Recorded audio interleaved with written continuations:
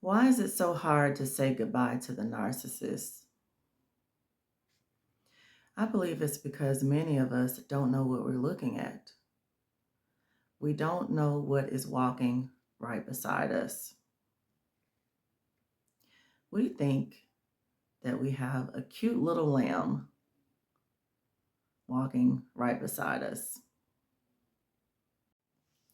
Let's make this personal.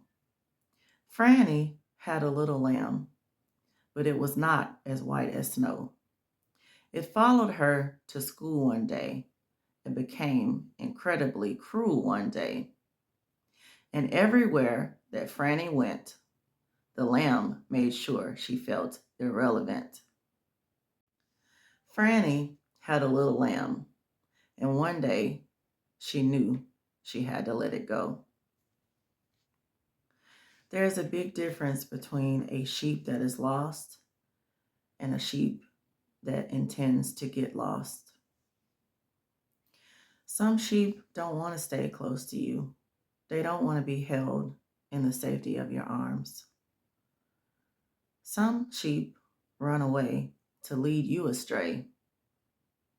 That's because it's not really a sheep. It is a wolf in sheep's clothing.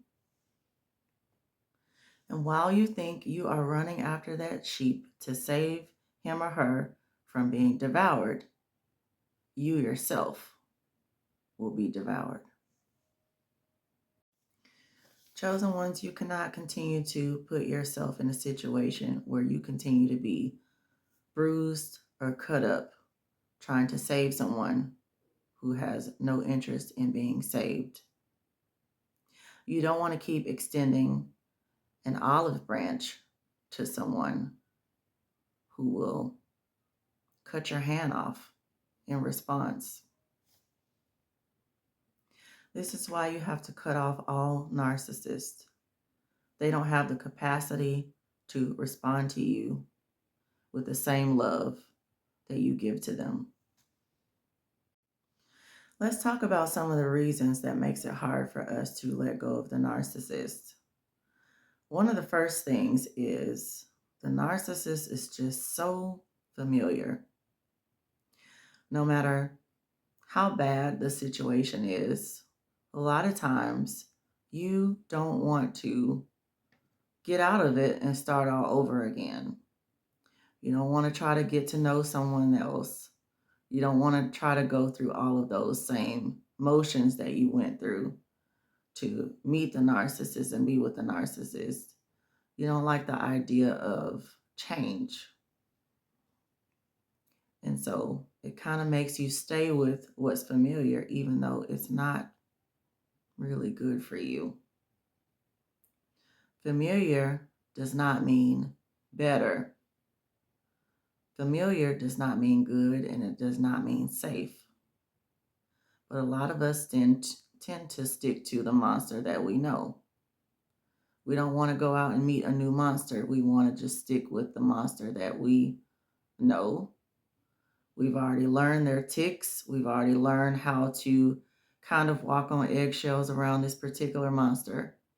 We don't want to have to go and relearn those type of get-alongs to get along.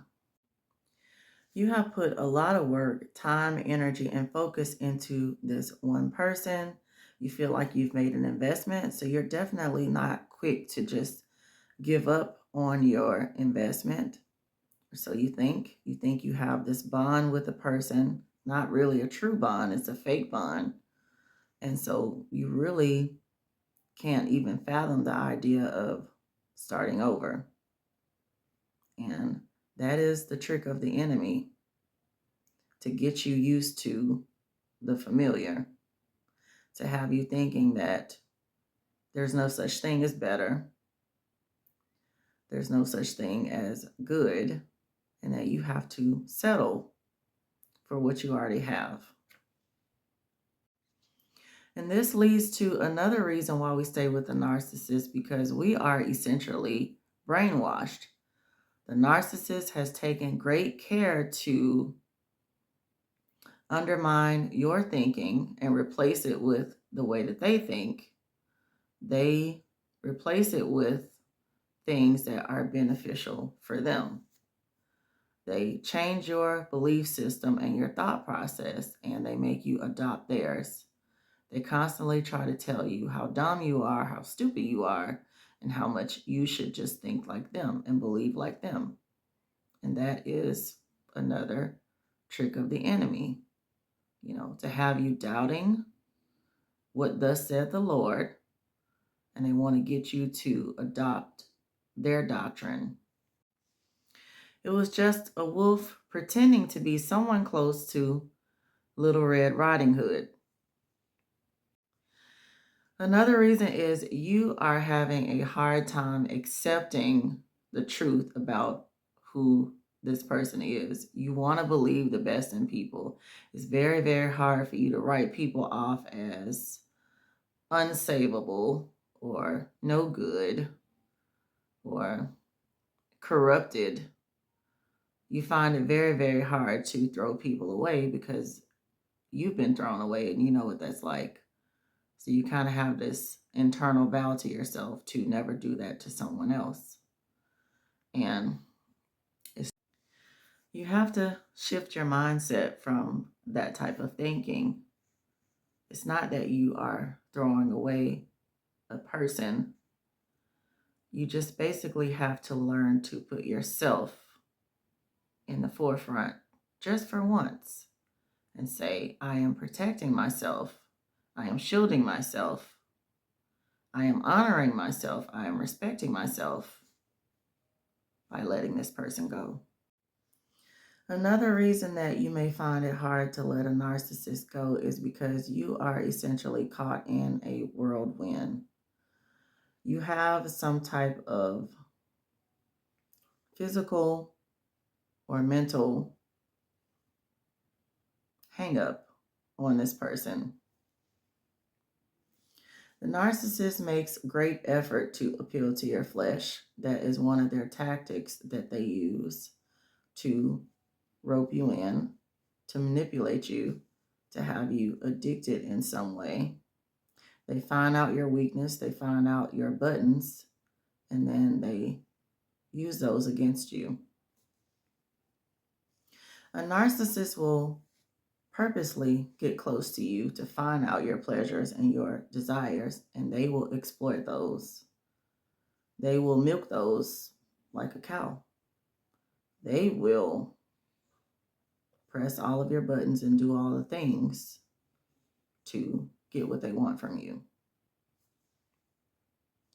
They will make you feel like there's no one on earth that could ever make you feel the way that you feel about them.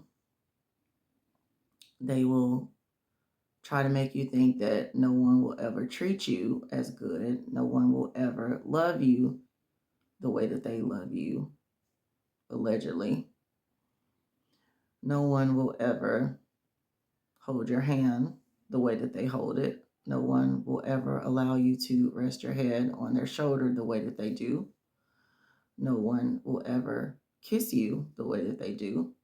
No one will ever give you the type of hugs that they give you. All these things they try to milk and use against you.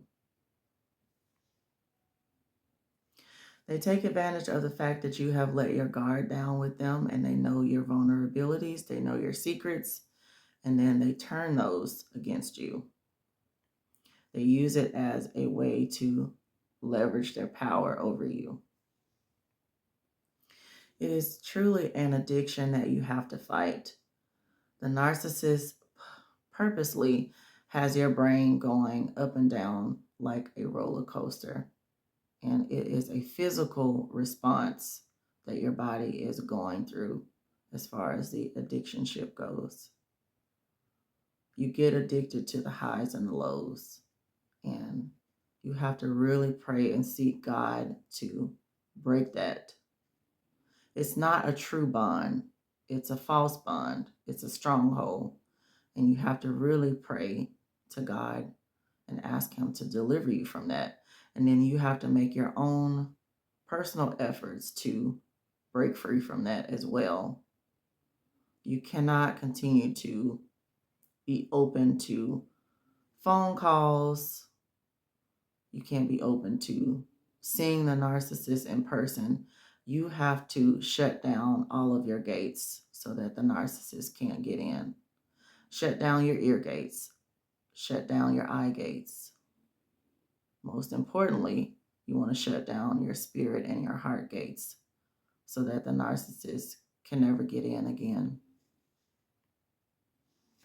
They didn't belong there in the first place, and you have every right to serve them an eviction notice.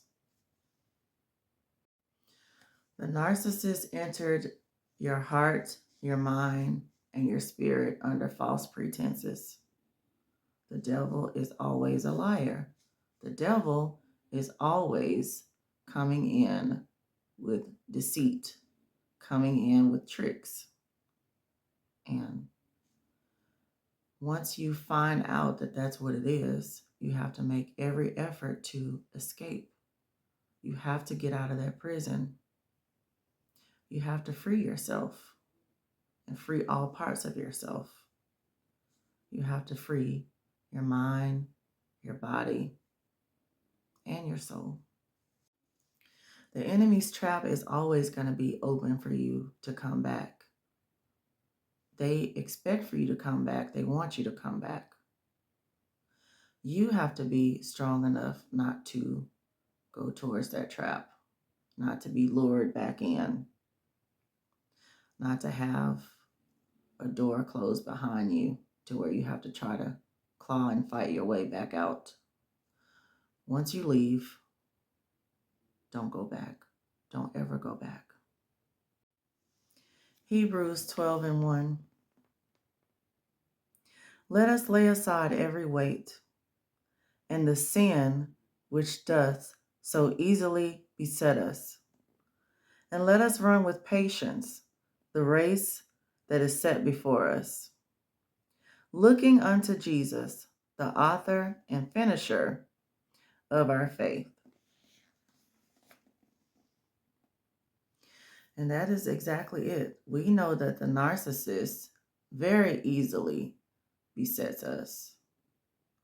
And we need to get away from around that narcissist. Stay away. It's easy for the narcissist to beset us because that's what they specialize in. They specialize in trickery and deceit. It's very easy to be trapped. It's very easy to be fooled. And so we have to lay aside it. We have to remove ourselves. We have to get away from. We have to put it down. Put those people down and don't pick them back up. Proverbs 21:22. A wise man scales the city of the mighty and brings down the trusted stronghold.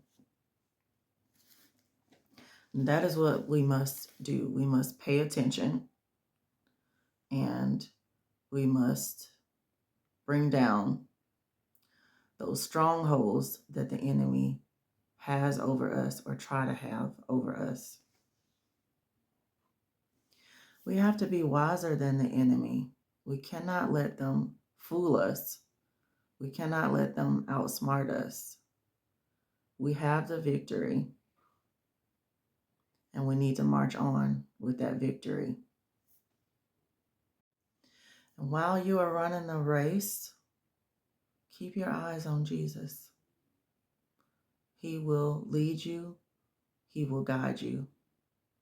The Word of God is a lamp unto your feet and a light unto your path. Make up your mind to follow Jesus. Don't look back at that narcissist. Matthew 10:14. And whoever will not receive you, nor hear your words, when you depart from that house or city, shake off the dust from your feet. Shaking the dust off your feet means that you have the intention of never coming back.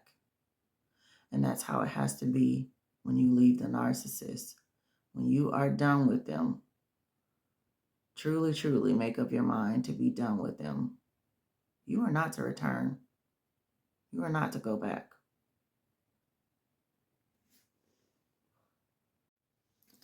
Sometimes it is hard to say goodbye, but you can't take with you any of the memories. They will not be your sunshine after the rain. To say goodbye to that narcissist and that toxic relationship is to really make peace with your decision to say goodbye, to really sit in it and be at peace with it, be at peace with yourself, be at peace with your decision-making capabilities, be at peace with the fact that you are going to walk away from darkness and walk into the marvelous light.